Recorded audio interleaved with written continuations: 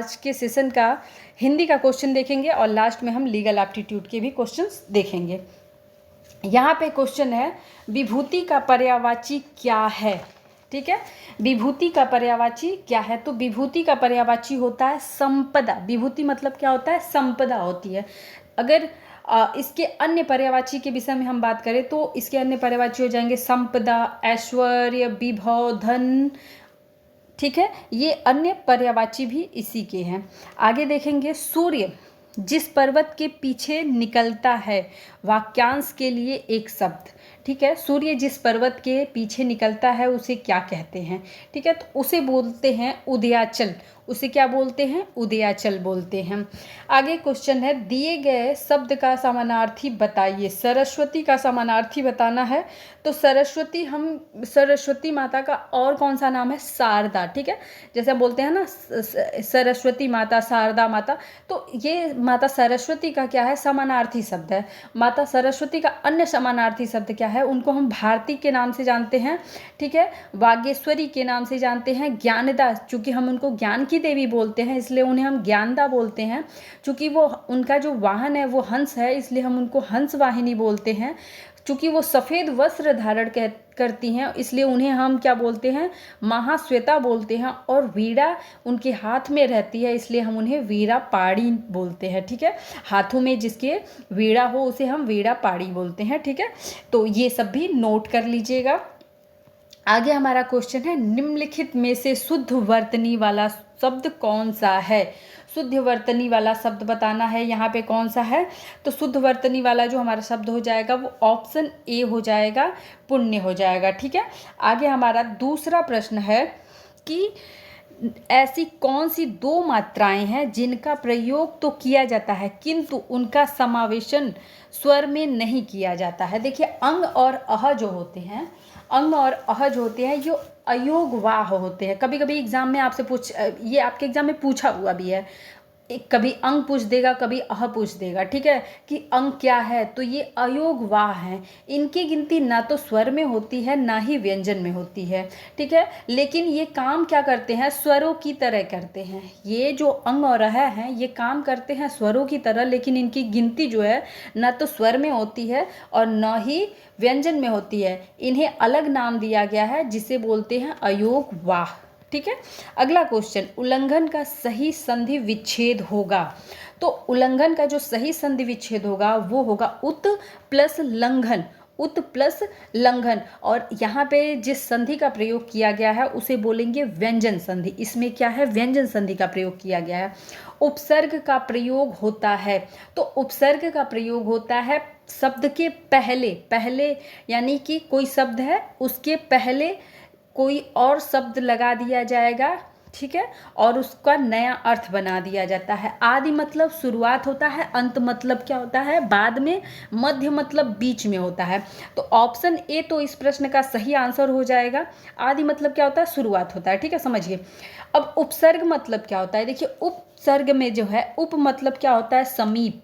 ठीक है, और सर्ग का मतलब होता है सृष्टि करना, यानी कि रचना करना, समीप रह करके शब्दों की रचना करना। ठीक है, जैसे मान लीजिए हार होता है, हार। ठीक है, अब इसी के साथ हमने क्या कर दिया? प्र जोड़ दिया।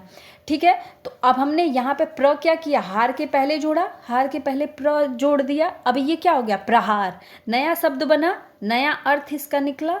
तो इसी प्रकार से यहाँ पे प्र क्या है? प्र जो है हार का उपसर्ग है। ठीक है, तो यही तरीका होता है उपसर्ग पहचानने का।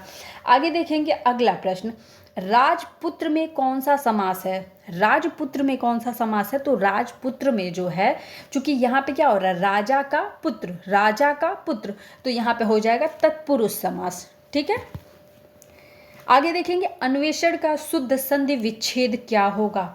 अन्वेषण का शुद्ध संधि विच्छेद क्या हो जाएगा? ऑप्शन डी अनुधन एषण हो जाएगा। क्या हो जाएगा? अनुधन एषण हो जाएगा। ऑप्शन डी इस प्रश्न का सही आंसर हो जाएगा। इसके बाद अगला प्रश्न है गिलास में थोड़ा दूध है।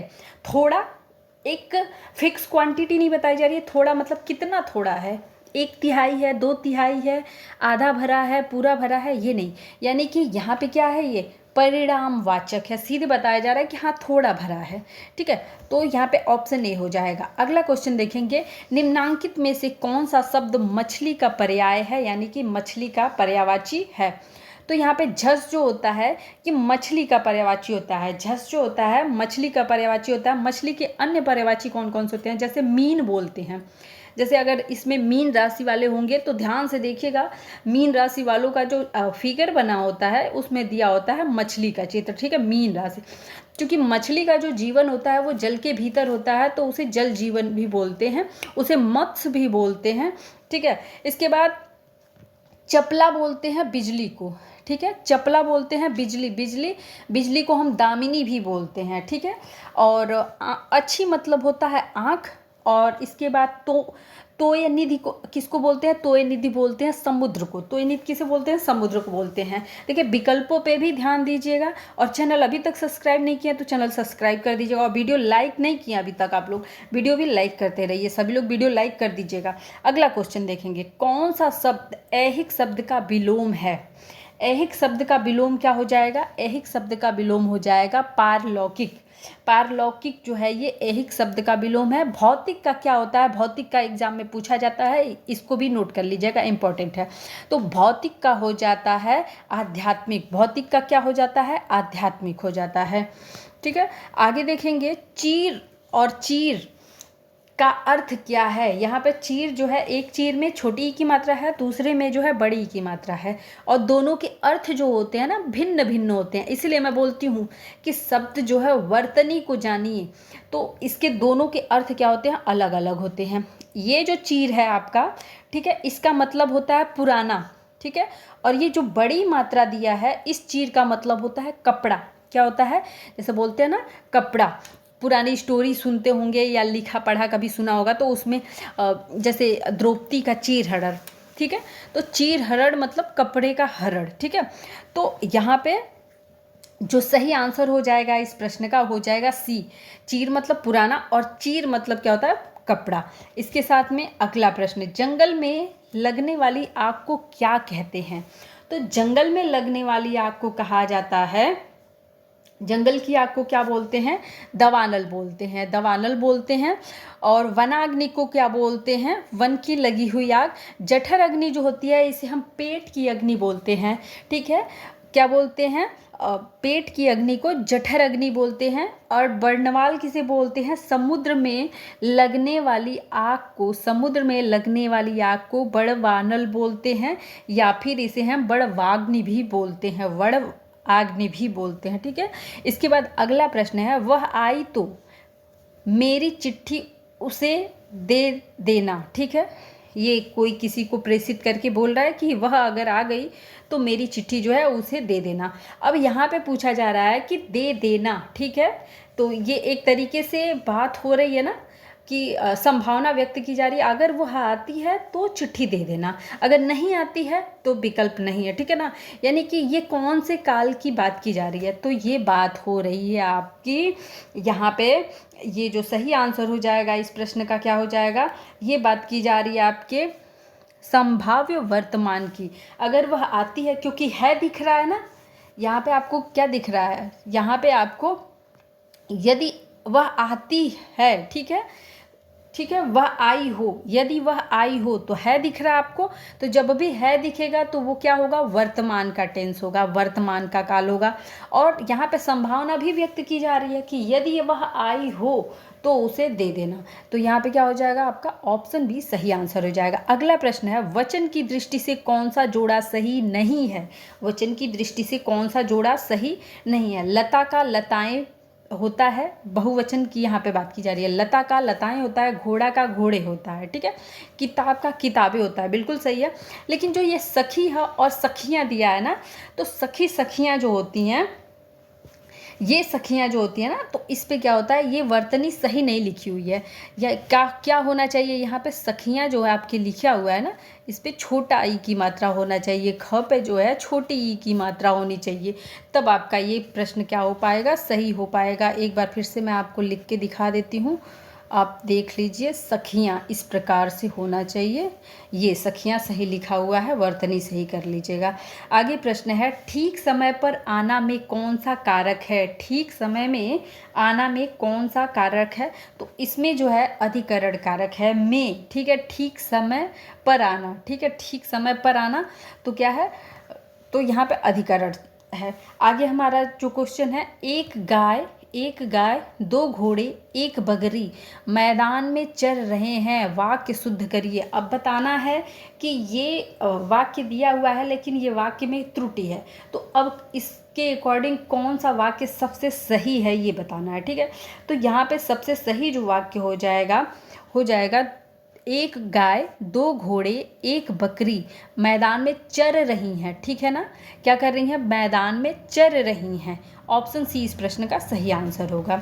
आगे बढ़ेंगे, अगला क्वेश्चन जो है, छत्तीसगढ़ी किस भाषा की बोली है? तो छत्तीसगढ़ी जो भाषा बोली जाती है वो किस भाषा की बोली है? तो छत्तीसगढ़ी जो है ये पूर्वी हिंदी की बोली है। किसकी है? पूर्वी हिंदी की बोली है। आगे क्वेश्चन देखेंगे, स्त्रीलिंग शब्द की पहचान करना है, ठीक है। स्त्रीलिंग शब्द की पहचान करना है। काशिदा कार तो यहाँ से पता चल रहा है ना कि हाँ ये पुरुष लिंग है।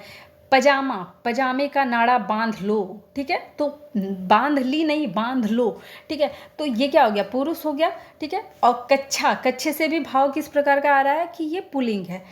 जुराब पहन ली, ठीक है, तो यहाँ पे क्या है, ये आपका स्त्रीलिंग हो जाएगा। ऑप्शन बी इस प्रश्न का सही आंसर हो जाएगा। अगला प्रश्न, निम्नलिखित में से गेहूं का तत्सम शब्द क्या होगा? तो गेहूं का जो तत्सम शब्द होता है वो गोधूम होता है। ऑप्शन बी सही हो जाएगा। किस रस को रसराज कहा जाता है? किस रस को रसराज कहा जाता है? तो श्रृंगार रस जो होता है इसे हम क्या बोलते हैं? सभी रसों का राजा बोलते हैं, आदि रस बोलते हैं, या फिर रसराज भी बोलते हैं, ठीक है। तो सी आंसर इस प्रश्न का सही आंसर हो जाएगा। अगला प्रश्न देखेंगे, दिए गए वाक्य में रेखांकित अंश को प्रतिस्थापित करने के लिए सबसे उपयुक्त विकल्प का चयन कीजिए। यानी कि ये जो आपका वाक्य दिया हुआ है, ठीक है, इसमें जो ये आकांक्षा शब्द दिया हुआ है, तो मान लीजिए हम आकांक्षा शब्द का नहीं प्रयोग करते हैं, तो ये जो 4 विकल्प दिया हुआ है, इन चारों विकल्पों में से कौन सा एक शब्द है जो सही तरीके से इस वाक्य के लिए फिट बैठेगा, ठीक है। एक तरीके से हमको ये बताना है कि आकांक्षा का समानार्थी क्या होगा, ठीक है। तो आकांक्षा मतलब क्या होता है? कामना। आकांक्षा का मतलब क्या होता है? कामना, ठीक है। मन की भावना जो होती है उसे ही आकांक्षा बोलते हैं, उसे ही कामना बोलते हैं। तो यहाँ पे सी आंसर जो हो जाएगा इस प्रश्न के लिए सबसे सही आंसर हो जाएगा। आगे प्रश्न देखेंगे, शुद्ध वर्तनी बतानी है। शुद्ध वर्तनी जो है इसमें सोडित की है। क्या है? सोडित जो होता है, सोडित का मतलब क्या होता है? रक्त होता है, ठीक है। सोडित मतलब क्या होता है? रक्त होता है। देखिए ये मत्स्य भी गलत लिखा है, सोनित भी गलत लिखा है, लाल सा भी गलत लिखा है, ठीक है। तो यहाँ पे क्या है? बाकी सभी ऑप्शन गलत हैं। ऑप्शन बी जो है इस प्रश्न का सही आंसर है। और आगे चलेंगे, गीदड़ भड़की मुहावरे का क्या अर्थ होता है? तो गीदड़ भड़की मुहावरे का जो अर्थ होता है वो होता है झूठी धमकी देना, झूठी धमकी देना। आगे है, सम्मुख का विलोम क्या होता है? तो सम्मुख का विलोम होता है विमुख। सम्मुख का विलोम क्या होता है? विमुख होता है। ऑप्शन डी इस प्रश्न का सही आंसर हो जाएगा। प्रमुख का विलोम क्या होता है? प्रमुख का विलोम होता है गौड़। क्या होता है? प्रमुख का विलोम गौड़ होता है, इसे नोट कर लेंगे, गौड़ होता है। मुख का क्या होता है? मुख का होता है प्रतिमुख। क्या होता है? प्रतिमुख, इसे भी नोट कर लीजिएगा, प्रतिमुख होता है। आगे देखेंगे क्वेश्चन, दिए गए वाक्य के किस भाग में त्रुटि है? मुझे पैसे की आवश्यकता नहीं है। तो देखो भाई, आवश्यकता नहीं होता है, ये क्या है? वर्तनी त्रुटि है, वाक्य में वर्तनी त्रुटि है। तो क्या होता है? आवश्यकता में यहाँ पे क्या है? त्रुटि है। होता क्या है? आवश्यकता होता है। क्या होता है? आ होता है, और बाकी मात्राएं जो दी हैं यहाँ पे वो बिल्कुल सही दी हुई हैं। आवश्यकता होता है, ठीक है। तो यहाँ पे सही कर लीजिएगा इसे। आगे क्वेश्चन है, दिए गए वाक्य के किस भाग में त्रुटि है? तो ये क्वेश्चन हो चुका है, डबल रिपीट हो गया है। और लीगल एप्टीट्यूड का जो हमारा क्वेश्चन है उसे देखेंगे। पहला प्रश्न है, लीगल एप्टीट्यूड का पहला, अपहरण के अपराध के लिए जिसमें फिरौती की मांग की गई हो सजा का प्रावधान होता है। तो यदि कोई भी क्या करता है, अपहरण करता है, किडनैपिंग करता है, तो आईपीसी की धारा 364 क के अकॉर्डिंग फिरौती के लिए, ठीक है, या फिर अपहरण के लिए मृत्युदंड या फिर आजीवन कारावास या फिर उसके साथ में जुर्माने का प्रावधान किया गया है। तो ऑप्शन सी इस प्रश्न का सही आंसर हो जाएगा। नोट कर लीजिएगा, और महत्वपूर्ण प्रश्न है, एग्जाम में आ भी सकता है। अगला प्रश्न है, सुरेश महेश की हत्या करने के इरादे से महेश की झोपड़ी तक गया। उसने देखा कि महेश झोपड़ी में सो रहा है, झोपड़ी का एक ही दरवाजा था, जिसे सुरेश ने बाहर से बंद कर दिया। झोपड़ी से निकलने का एक ही रास्ता है और वो क्या कर रहा है, उसके झोपड़ी के दरवाजे को बंद कर दे रहा है। उसके बाद वो क्या कर रहा है, झोपड़ी में आग लगा दिया, महेश जलकर मर गया। अब सुरेश जो है ये क्या है, ठीक है, तो सुरेश क्या है, यहाँ पे अपराधी है, ठीक है, क्या है, अपराधी है। इसने क्राइम किया है, जानबूझ करके महेश को मारने की इसने पूरी तरीके से षड्यंत्र रची है और उसे मारा है। तो आग लगाने और हत्या के आरोप का ये क्या है, दोषी है। ऑप्शन बी इस प्रश्न का क्या हो जाएगा, सही आंसर हो जाएगा। आगे देखेंगे, राज्य मानवाधिकार आयोग के अध्यक्ष या फिर सदस्यों की नियुक्ति कौन करता है। तो देखिए महत्वपूर्ण प्रश्न है, इस प्रश्न से 3 प्रश्न बनेंगे, ठीक है, इस प्रश्न से क्या है, 3 प्रश्न बनेंगे।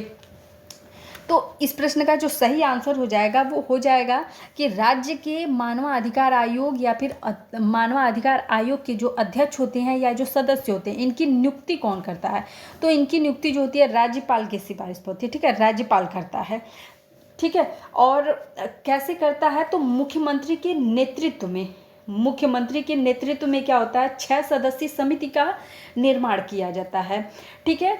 और उसके बाद ही राज्यपाल क्या करता है, राज्य के मानवाधिकार अध्यक्ष या फिर सदस्यों की नियुक्ति करता है।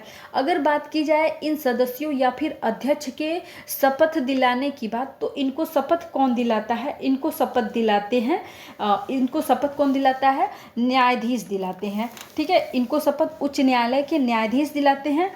और इनको अगर इनके पद से हटाने की बात की जाए, ठीक है, तो इनको इनके पद से केवल राष्ट्रपति हटा सकते हैं। तो एक क्वेश्चन का 3 आंसर आप समझ लीजिए कि अगर यहाँ पे चुनने की बात आती है, नियुक्त करने की बात आती है, तो इनको नियुक्त कौन करेगा, अध्यक्ष हुए या फिर राज्य मानवाधिकार आयोग के अध्यक्ष हुए या सदस्य हुए, इनकी नियुक्ति राज्यपाल करेगा। इनके पद से हटाने का कार्य राष्ट्रपति करेगा, ठीक है। शपथ दिलाने का कार्य उच्च न्यायालय के न्यायाधीश करेंगे। तीनों पॉइंट नोट करिएगा।